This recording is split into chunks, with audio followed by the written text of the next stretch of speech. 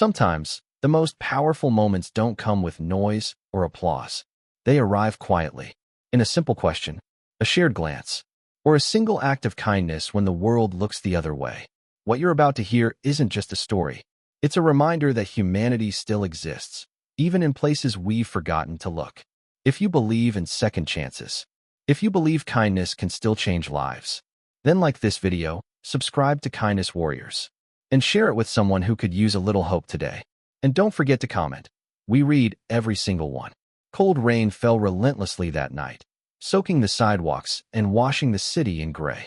The kind of rain that seeps into your bones and makes everything feel heavier than it already is. Streetlights flickered, cars rushed past, and no one slowed down. At a nearly abandoned bus stop, a young woman sat hunched over on a splintered bench. Her coat was thin, her clothes damp, her shoulders shaking. Whether from the cold or exhaustion, it was hard to tell. A worn-out backpack rested between her feet, clutched like it was the last thing she owned. She hadn't looked up in a long time. A few steps away stood a little girl, no more than 4 years old. She hugged a plastic toy bear with one torn ear, her tiny fingers stiff from the cold. Her pink jacket was zipped to her chin, but it wasn't enough. Her eyes, far too serious for someone her age, kept drifting back to her mother, as if she already understood how fragile their world had become. People passed. Some stared. Most ignored them, except for one man. A black sedan rolled to a stop across the street. The door opened, and a man stepped out into the rain without hesitation. He wore a dark coat over a tailored suit, but there was nothing polished about the way he moved. His focus was locked on the bench, on the woman shielding her child with her own body. His name was Daniel Cross, CEO of a global software company, a man whose name appeared in business magazines and boardrooms. A man worth more than most people could imagine. But that night, none of that mattered. He walked past the woman and knelt gently in front of the child. "Hey there," he said softly. "Where's your dad?" The little girl tightened her grip on the toy and pointed at the bench. "Mommy's just tired," she whispered. That was when the woman finally looked up. Her name was Emily Carter. "I'm 27 years old. Former medical assistant. Single mother. She had been abandoned 2 years earlier, evicted a month ago, and fired after missing work when her daughter was sick. That evening, she had walked out of a job interview knowing she didn't get it. She had less than $800 left. She hadn't eaten all day. Her daughter had survived on crackers. And the bus? It was never coming.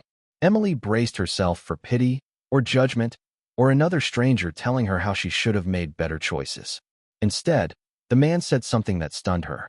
"You're coming with me." Fear flashed across her face. Every instinct screamed to run. Daniel saw it immediately and spoke again. Calm, steady, sincere. "I don't want anything from you. I just don't believe a mother and her child should be left out here like this." Emily hesitated, but her daughter was shivering. Her legs felt like they might give out. Hope, dangerous as it was, crept in. So she said yes. Daniel wrapped the child in a dry blanket from his car, opened the door, and guided them inside. The heater hummed. Warmth filled the space. No one spoke for a while.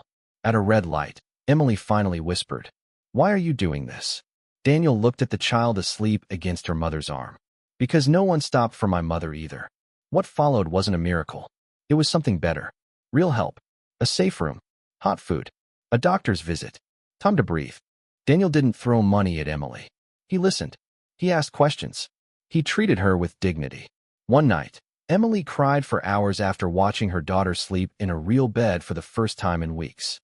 Daniel sat outside the door, silent, present, making sure she knew she wasn't alone. He helped her reconnect with a women's support program. He arranged an interview at a family clinic. He helped enroll her daughter in preschool. He never asked for thanks. When Emily tried to repay him, he shook his head. One day, he said, "You'll help someone else. That's all I want." Months passed. Emily stood in front of a mirror one morning wearing medical scrubs again, her name stitched proudly on the chest. She was working full-time, independent, strong. Her daughter won a school award for kindness. And Daniel?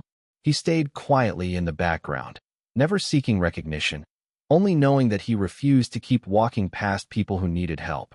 Today, Emily volunteers every Sunday at that same bus stop, handing out warm meals and care kits. When people ask why, she smiles and says, "Because someone once told me, 'You're coming with me, and meant it. If this story touched your heart, even just a little, please like this video, share it with someone who needs hope, and subscribe to Kindness Warriors. And if you've ever had a stranger change your life, or you were that stranger for someone else, share your story in the comments. Your words might be exactly what someone needs today.